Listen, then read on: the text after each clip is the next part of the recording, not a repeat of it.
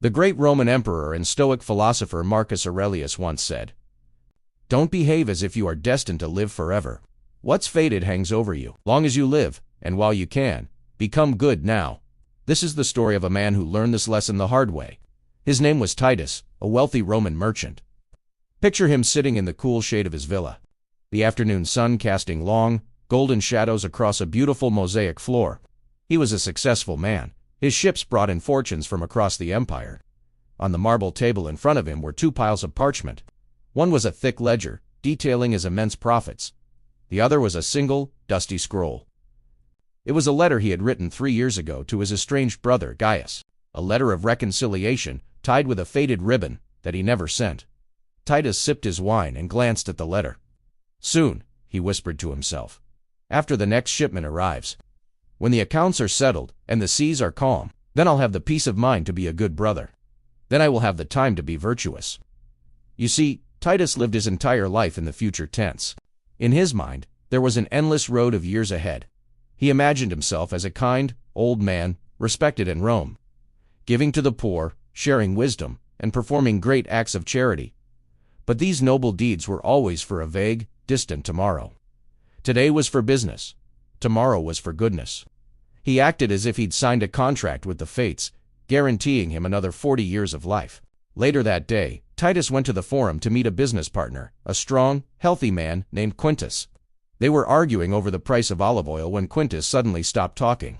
His eyes widened, his hand flew to his chest, and he collapsed onto the stone pavement. In an instant, amidst the chaos of the crowd, Quintus was gone. Titus stood frozen.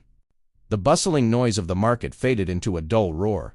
He looked down at the body of the man who, just moments before, had been planning a banquet for the following week. There was no warning, no time to settle his affairs. A cold wind blew through the forum, and for the first time, Titus felt the true weight of his own mortality hanging over him, like a sword suspended by a single thread. The realization hit him like a physical blow. The countless years he was counting on were a fantasy. The future where he would finally become a good man might never arrive. There was no endless road. There was only the breath he was taking right now. He didn't finish his business. He turned and rushed back to his villa, his heart pounding. He didn't wait for the sun to set, or for the next harvest. He stormed into his study, ignoring the ledger of profits.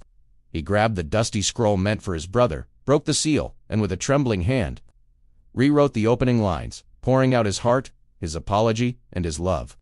He immediately called for his steward, handing him the letter and a heavy bag of coins. "Take this to Gaius tonight," Titus commanded, "and on your way, give these coins to the beggars at the city gates." The steward was stunned. "Tonight, master? Surely it can wait until morning."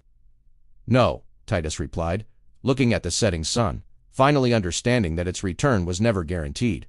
"We must become good now, while we still can."